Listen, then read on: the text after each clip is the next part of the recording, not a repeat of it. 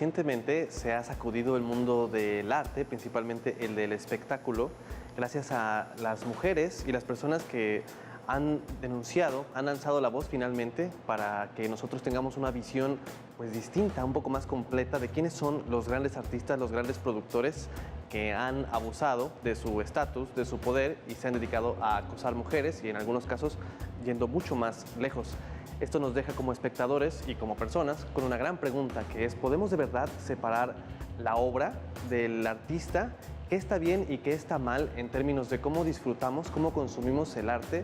Bueno, sin duda es una cuestión muy complicada, pero afortunadamente podemos platicarla con Magali Velasco.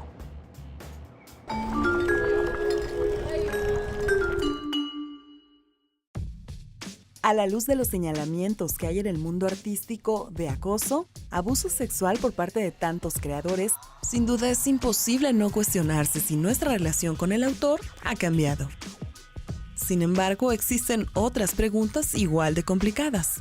Por ejemplo, ahora que las audiencias masivas han cambiado de parecer acerca de cuánta misoginia están dispuestos a tolerar, ¿podemos seguir disfrutando de la misma manera de las obras que antes fueron consideradas obras maestras? Por ejemplo, Manhattan, de Woody Allen, un filme importantísimo para la historia del cine. En él se narra, entre otras cosas, el romance de Isaac Davis, interpretado por Woody Allen, y Tracy, una joven estudiante. En 1979, cuando el mundo vio Manhattan por primera vez, a nadie pareció importarle que Davis tuviera 42 años y Tracy 17. Ahora resulta difícil no cuestionar ese romance, y la situación empeora cuando conocemos cuál fue la inspiración para escribir el guión. En aquellos días, Woody Allen tenía un romance con la actriz Stacey Nelkin, que tenía 17 años. En aquel momento, el personaje que encarnaba Woody Allen en sus películas, una persona culta pero neurótica y plagada de problemas muy particulares, era suficiente razón para disfrutar de sus filmes. Ahora, a la luz de las acusaciones de pedofilia que señalan al director como un depredador sexual, disfrutar de sus filmes podría tener otra connotación. ¿Vale la pena preguntarse cuál es nuestro papel como audiencia crítica? ¿Es posible disfrutar de este tipo de obras a pesar de su historia problemática? A pesar de ser arte sumamente reconocido, ¿debería estar condenado al olvido? Aún más complicado es analizar las consecuencias de estos señalamientos. Preguntarse si ha habido justicia. ¿Es posible hablar de justicia para las víctimas de Harvey Weinstein? ¿Es suficiente olvidar a Kevin Spacey? Mientras que ambas superestrellas se encuentran fuera de la cartelera, es importante considerar que las únicas consecuencias que estas personas han experimentado debido a estos señalamientos son, si acaso, económicas. Nadie ha pisado la cárcel. Nadie ha ofrecido siquiera una disculpa real. ¿Es posible dejarle al mercado de la industria cinematográfica la responsabilidad de ofrecer justicia? Porque hasta ahora parece que se condena a los abusadores, pero siempre y cuando no exceda la conveniencia de los grandes estudios cinematográficos. Magali Velasco.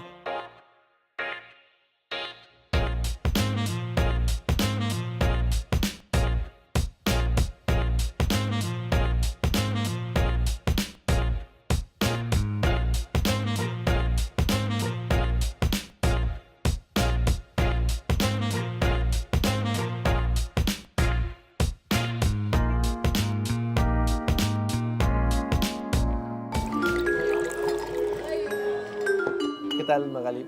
Hola, muy bien.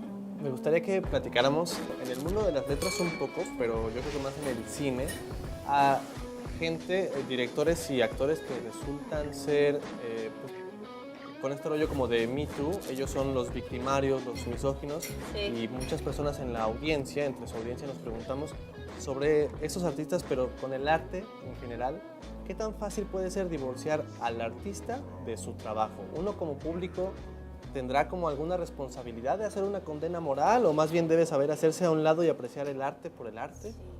Eso tiene que ver con las políticas de manejo de imagen, con toda la cuestión desde el internet. O sea, yo me acuerdo y me acuerdo, porque soy de la generación que nos tocó pasar siglo y pasar a la revolución de la era del Internet, ¿no?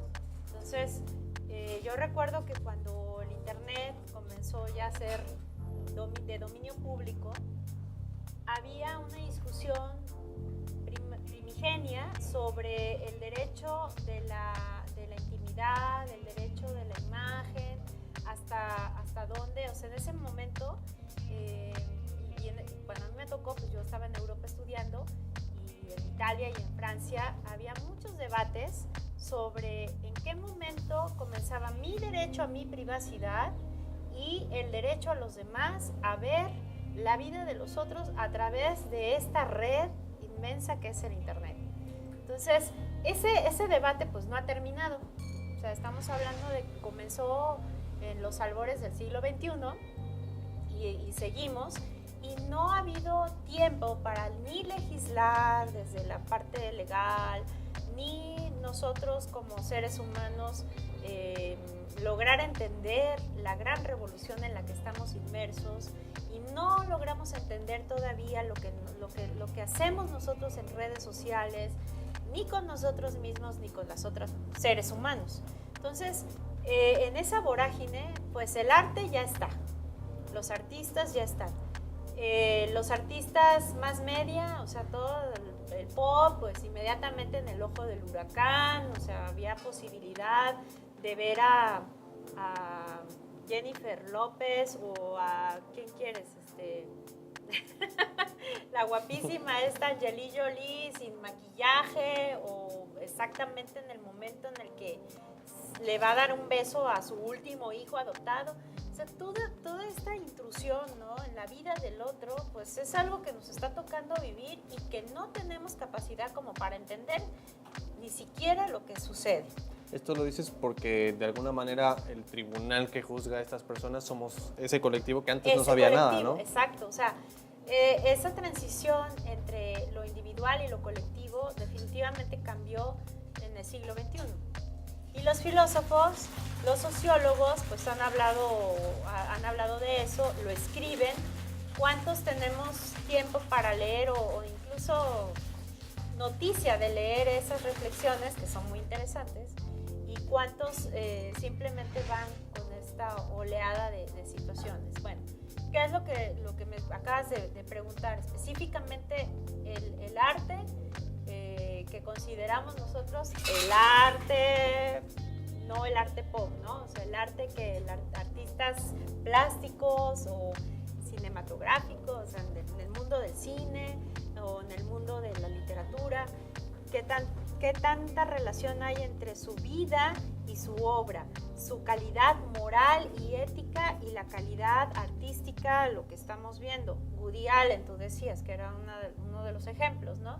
O sea, que se le ha juzgado por violación, por abuso, etcétera, y después tienes gente que dice, pues, qué lástima y ya no vamos a ver nunca más películas de Woody Allen, porque si tú ves una película de Woody Allen estás validando ese comportamiento. O el artista norteamericano de la serie, ¿cómo se llama? Kevin Spacey, Spacey. House of Cards. O sea, que incluso una película que acababa de filmar es refilmada, o sea, vuelven a contratar a los actores para hacer las escenas, digitalmente lo borran a él, contratan a otro actor y lanzan esa película porque los señalamientos a este actor por su comportamiento moral, ético, sexual, como tú quieras, de hace no sé cuántos años, repercuten en el trabajo y en la carrera de toda una vida, y ya lo ven con signos de dólares. Si tú sacas una película con este personaje, inmediatamente condena. Vas a ir al fracaso. Ajá. Entonces, qué fuerte, o sea, qué fuerte. Todo eso sí es muy fuerte, nos hace repensar. Y yo traería aquí a las reflexiones de este filósofo sudcoreano, que ya se me olvida su nombre y por eso me lo apunto, que se llama Byung-Chul Han, y de los filósofos de la parte asiática. ¡Oh! Martini francés. Un martini francés. Aunque esté hecho en Nueva York, Eso. pero es un martini francés. en Cuateyork. Salud. Salud. Salud. Ah, está rico. Está rico.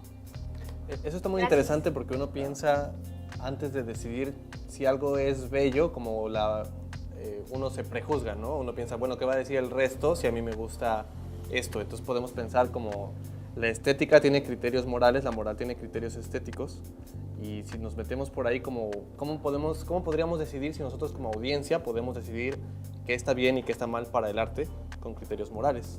Ajá, lo cual es bien problemático porque, bueno, traigo a este filósofo, Byung-Chul Han, porque él tiene muchos libros, pero hay un tratado de este pelo, de grueso, que es sobre la sociedad de la transparencia, en donde él hablamos muchísimo de la transparencia, ¿no? O la política de la transparencia, no sé qué es la transparencia. Entonces, él habla de que en una sociedad en donde se pide transparencia, ¿qué pasa con la opacidad?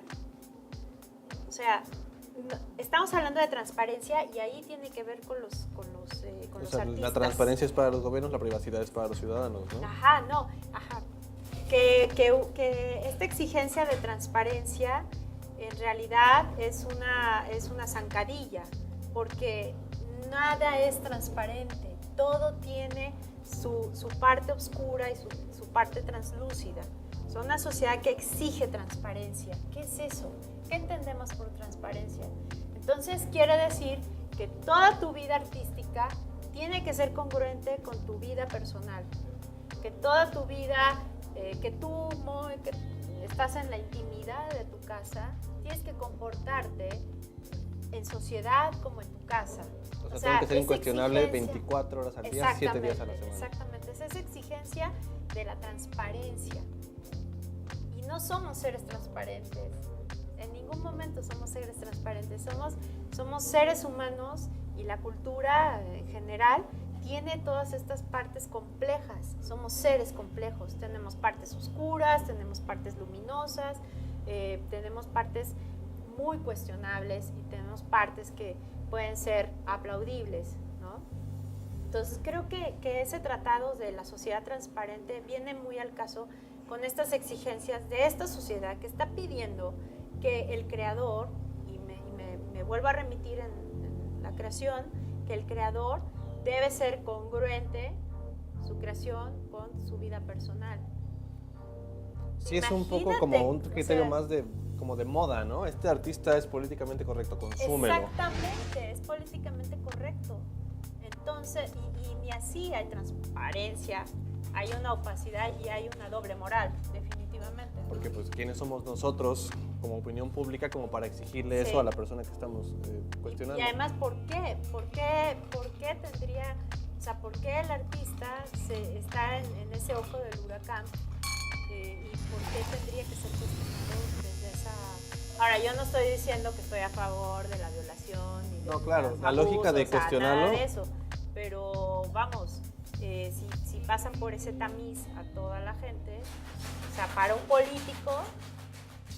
Si te interesa este tema, seguro te va a gustar Vagabond, 1985, de Agnes Varda, The Handmaid's Tale, 2017, Bruce Miller.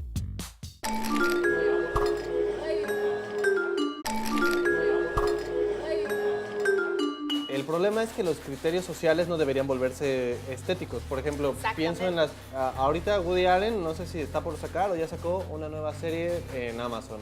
Y mucha gente está diciendo no lo consumas porque es Woody Allen. Entonces, a lo mejor nosotros desde nuestro estandarte en la crítica estamos pensando como ese no es un criterio estético, pero la gente en realidad nunca lo ve como un criterio estético, Claro. sino ve como más bien una posibilidad de boicot económico, más social que en realidad estético, para decir, bueno, no lo consumas porque él se merece algo que no le va a hacer llegar la Así ley, es, entonces démoslo nosotros. Y ¿no? eso como sociedad nos encoge, nuestro sentido crítico queda completamente manipulable, encogido, no hay un sentido crítico, porque el verdadero sentido crítico sería a sabiendas de, yo analizo y decido, ¿no?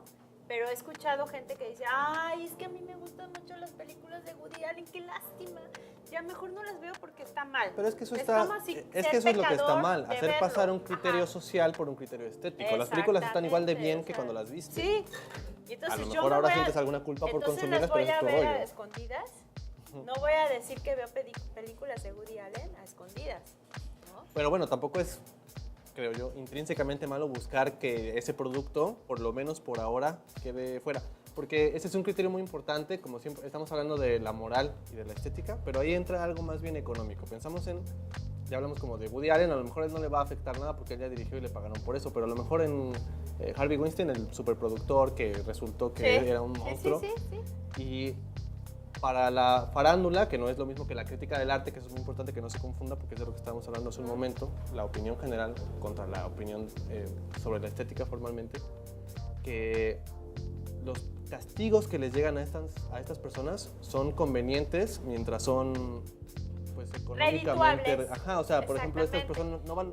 ¿Quién de ellos está en la cárcel? ¿Quién de ellos va a estar en la De ahí cárcel? voy de Nadie, que ¿no? no hay un sentido crítico.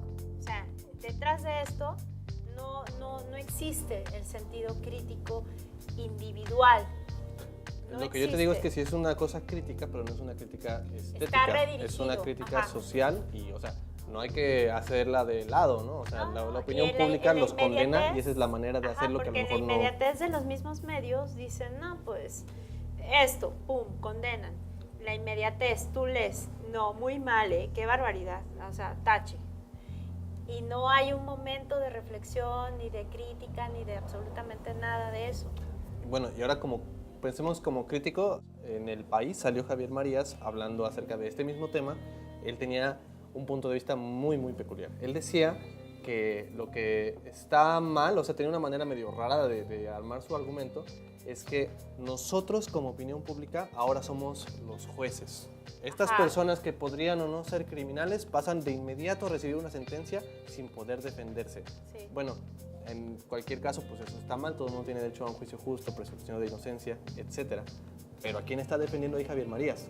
Entonces, si yo quisiera hablar de la idea del amor en Javier Marías y tengo que tomar en cuenta que está defendiendo una noción de la posesión muy misógina, Sí. ¿qué clase de amor estético o apreciable puede ser ese? ¿no? Porque todo es relativo, o sea, todo tiene que ver con un punto de vista, ¿no?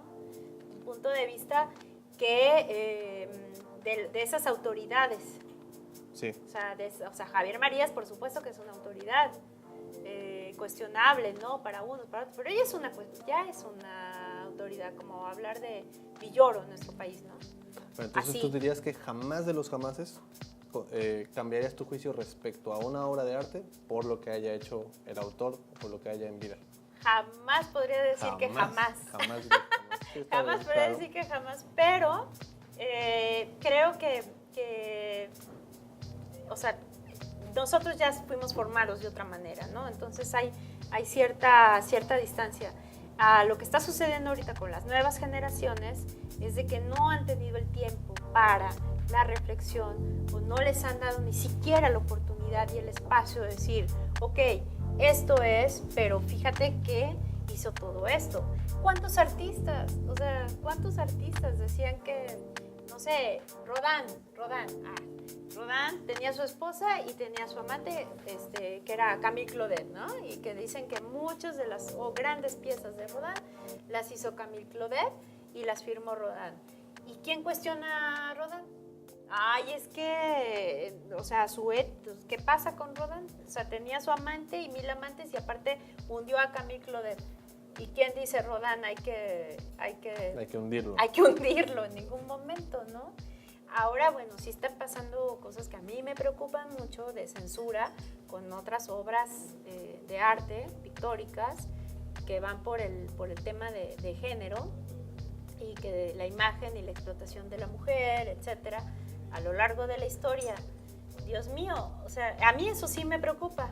Porque estamos sujetando al arte como si fuera una persona que podemos condenar y que sería mejor que se callara Y cuando es además, el arte o sea, que le debemos perdón, tanto, pero ¿no? el discurso en donde dicen que el cuerpo femenino está siendo objeto sexual, el cuerpo femenino es la demostración de la explotación, etc.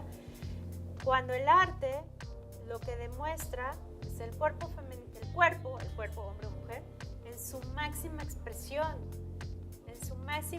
expresión de belleza. No estamos hablando de una fotografía de los descuartizados de, no sé, de ayer, ¿no? De antier, de la fecha que quieras. Estamos hablando de una obra pictórica en donde está el cuerpo y en este caso de las mujeres, del pintor que se me olvida su nombre. Egon Schiele. Ajá. Sí, porque ¿no? uno se puede convertir o sea, como público. Es una mujer con las piernas abiertas enseñando el sexo, es la plenitud del cuerpo femenino. ¿En qué momento eso puede ser violento? Sí, y a ti te deja parado como si dices, bueno, change.org, que censuren esto, te deja como si fueras una especie de nueva Santa Inquisición o algo por el estilo, ¿no? Exactamente, una nueva Inquisición, no sé qué es eso. Sí, hay que pulir como el sentido de crítica, porque hasta cierto punto sí se puede valer como boicotear, pero tienes que saber que lo que estás haciendo no es meterte... Esto no lo vas a volver feo. No, si era feo, ya era feo. Tú siempre has hablado de lo estético, o sea, estamos en el terreno de la estética y de la poética. Sí, lo social es otro asunto y el problema sería como confundirlo. O sea, el artista ya no es válido. Si le rascamos tantito en nombre del arte, ha habido cosas terribles. O sea, en el nombre del arte, sí, claro, ha habido cosas. O sea, sí hay historias oscuras, por supuesto, pero no más que la historia en general humana. Pues, o sea, hasta cierto punto el arte sí es como incuestionable en ese sentido, ¿no? O sea, no puedes como... Si quisieras hacer una relectura de todo esto a partir de nuestra altísima moral en estos días donde todos somos como personas muy propias. Yo creo que sí hay que hacer una separación entre la obra artística y el creador. No me gusta porque yo siempre o sea, sí, para entender una cosa, pero al final lo que sobrevive es la obra. Y bueno, para ti como académico... El humano, a menos que no sea vampiro, se muere. Sí. Pero lo que sobrevive es la obra. Pero, por ejemplo, tú como docente, cuando hablas de un autor, hablas de una obra.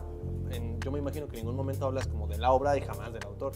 Entonces, sí están separados y sí hay que apreciarlo. Ajá, no, sí. Sí, porque también es muy interesante hablar del autor. O sea, ¿por qué esa persona, por qué ese ser humano en ese momento histórico decidió escribir sobre tal o cual? Horacio Quiroga Horacio Quiroga, es que creo que de las historias más tristes de vida es de Horacio Quiroga. Y las cosas que escribió no apenas anuncian las tragedias internas de Horacio Quiroga. Y Horacio Quiroga escribe sus cuentos infantiles de la selva cuando está con su primera esposa y sus hijos y la tiene ella en una situación espantosa, que la llevó a suicidarse.